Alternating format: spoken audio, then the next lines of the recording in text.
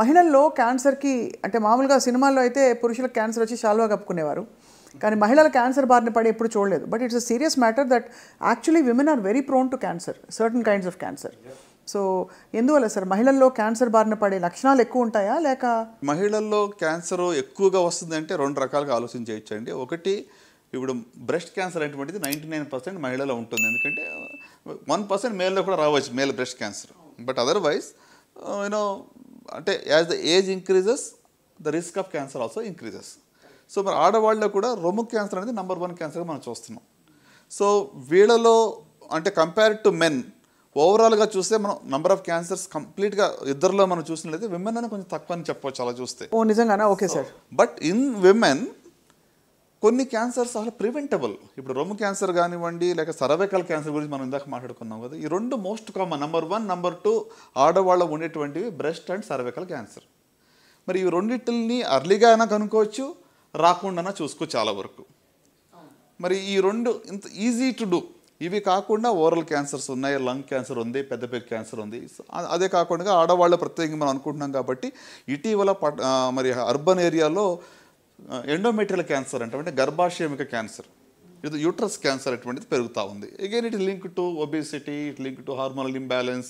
So అంటే మన root cause మళ్ళీ మనం ఫుడ్ లేకపోతే మన లైఫ్ స్టైల్కి వచ్చేస్తున్నాం. అదే అర్థమైంది. సో కనుక ఇక యూట్రస్ క్యాన్సర్ అనేది సంఖ్య పెరుగుతుంది, ఓవేరియన్ క్యాన్సర్ పెరుగుతూ ఉంది, అట్లనే మరి బ్రెస్ట్ అండ్ సర్వికల్ క్యాన్సర్ అన్నీ కూడా ప్రివెంటబుల్ అంటున్నారు చాలా వరకు. అంటే మోస్ట్ ఇప్పుడు ఓరల్ క్యాన్సర్ ప్రివెంటబుల్. ఆడవాళ్ళు కూడా పల్లెటూరులో మీరు చూస్తే టొబాకో చూయింగ్ కానీ స్మోకింగ్ కానీ చాలా ఇటీవల ఆడవాళ్ళని స్మోకింగ్ కొత్తగా స్మోక్ చేసేవాళ్ళు ఆడవాళ్ళు కూడా ఎక్కువ మంది కనబడుతూ ఉన్నారు. అంతే కదా. సో కనుక ఐ స్ట్రాంగ్లీ ఫీల్, నేను అనుకున్నది ఏంటంటే at least most common cancers, oral cancers, breast, cervical cancer, వీటిని మనం డెఫినెట్గా తగ్గించగలుగుతాం. అండ్ మీరు 40 సంవత్సరాలు దాటిన వాళ్ళందరూ కూడా పరీక్షలు చేయించుకోవాలి సార్ యాన్యువల్గా? అంటే ఏ సైట్ దాన్ని బట్టి స్క్రీనింగ్ ఉంటుంది. సర్వైకల్ క్యాన్సర్, గర్భాశయ ముఖద్వారపు క్యాన్సర్కి అబౌట్ 21 years ఉన్నవాళ్ళు ఒక్కసారి ప్యాప్స్మియర్ చేయించుకుంటే నెక్స్ట్ 3 years వరకు ఏం చేయక్కర్లేదు. లేదా హెచ్పివి DNA టెస్ట్ అని ఒకటి ఉంటుంది, అది చేయించుకుంటే 5 years వరకు ఏం చేయక్కర్లా. సో ఇది ఫర్ సర్వైకల్ క్యాన్సర్, గర్భాశయ ముఖద్వారపు క్యాన్సర్కి. మరి బ్రెస్ట్ క్యాన్సర్కి వచ్చేటప్పటికి 20 to 40 yearsలో once every 3 years clinical breast examination by doctor.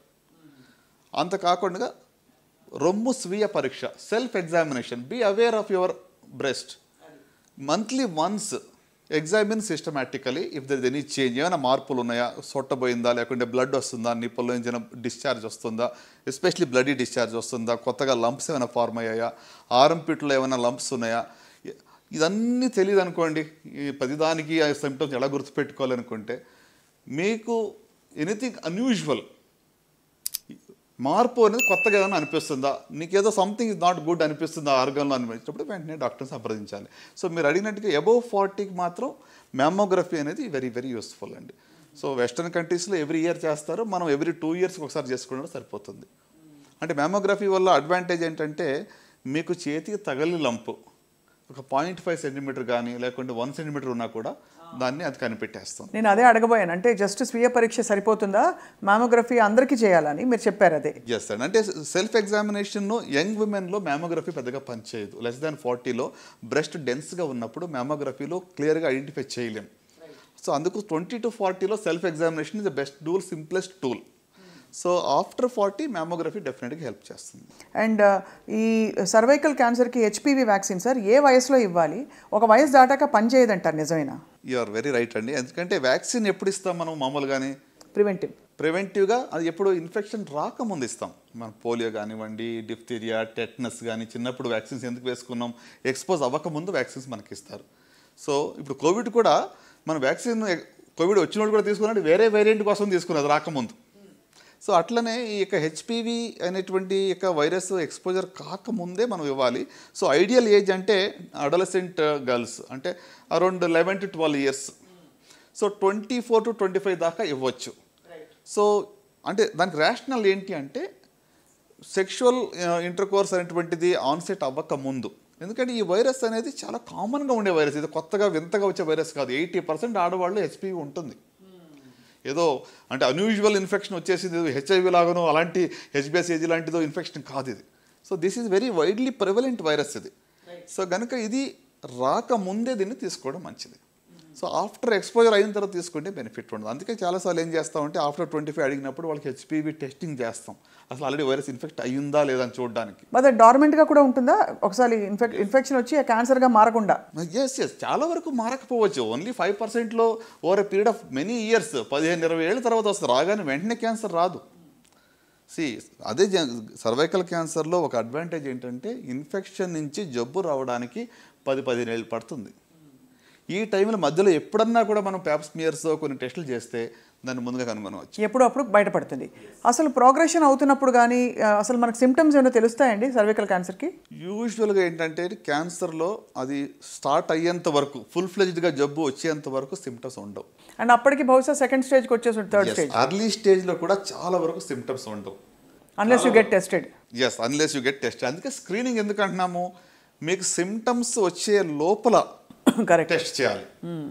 మీకు సిమ్టమ్స్ వచ్చేటప్పటికి జబ్బు వచ్చి డయాగ్నోసిస్ అంటాం, స్క్రీనింగ్ కాదప్పుడు. సో అందుకనే సార్ వెయిట్ లాస్ అయిపోతుంది, అన్యూజువల్ డిశ్చార్జ్ ఉంటుంది బాడీ నుంచి, ఇంకేదో అవుతుంది అని చెప్తారు. బట్ అంత వచ్చిందంటే ఇంకా పూర్తిగా క్యాన్సర్ వచ్చేసినట్టు, ఇంకా ట్రీట్మెంటే అక్కడ. కరెక్ట్, డయాగ్నోస్ చేసి ట్రీట్మెంట్ ఇవ్వడమే. ఓవరాల్గా సార్ మహిళల్లో ఒక 4-5 చక్కటి అలవాట్లు లైఫ్ స్టైల్, జీవనశైలిలో వాళ్ళు పెట్టుకోవాలి ఈ క్యాన్సర్ల బారిన పడకుండా అనడానికి ఏమన్నా ఉన్నాయి, ఎస్పెషలీ ఫర్ బ్రెస్ట్ క్యాన్సర్? అంటే is it something preventable with conscious life style choice? Sure. Breast అన్ని ఒక 60-70% క్యాన్సర్ మనం ప్రివెంట్ చేయొచ్చు ఓవరాల్గా చూస్తే. సో దాంట్లో రొమ్ము క్యాన్సర్ కూడా ఎందుకంటే రొమ్ము క్యాన్సర్కి మీరు చూసినట్టయితే ఇంపార్టెంట్ రిస్క్ ఫ్యాక్టర్ ఏంటి, ఒబేసిటీ. ఓకే, సో ఒబేసిటీ అంటే అగైన్ హార్మోనల్. బ్రెస్ట్ క్యాన్సర్ ఎందుకు వస్తుంది, that is hormonal imbalance. Oestrogen, progesterone hormones ఎక్కువగా ప్రొడక్షన్ అవుతుంది, ఫ్యాట్లో నుంచి ప్రొడక్షన్ అవుతుంది ఇవి. సో కనుక ideal body weight maintenance, balanced diet, physical activity, okay, moderate or I would say no alcohol. ఎందుకంటే excess alcohol is also risk factor. చాలా క్యాన్సర్కి ఆల్కహాల్ రిస్క్ ఫ్యాక్టర్ అండి. అంటే ఇటీవల you see number of people, మరి నేను ఇందాక చెప్పింది నంబర్ ఆఫ్ పబ్స్ కానివ్వండి, హోటల్స్ చూస్తే చాలా కన్సంప్షన్ పెరిగిపోతూ ఉంది.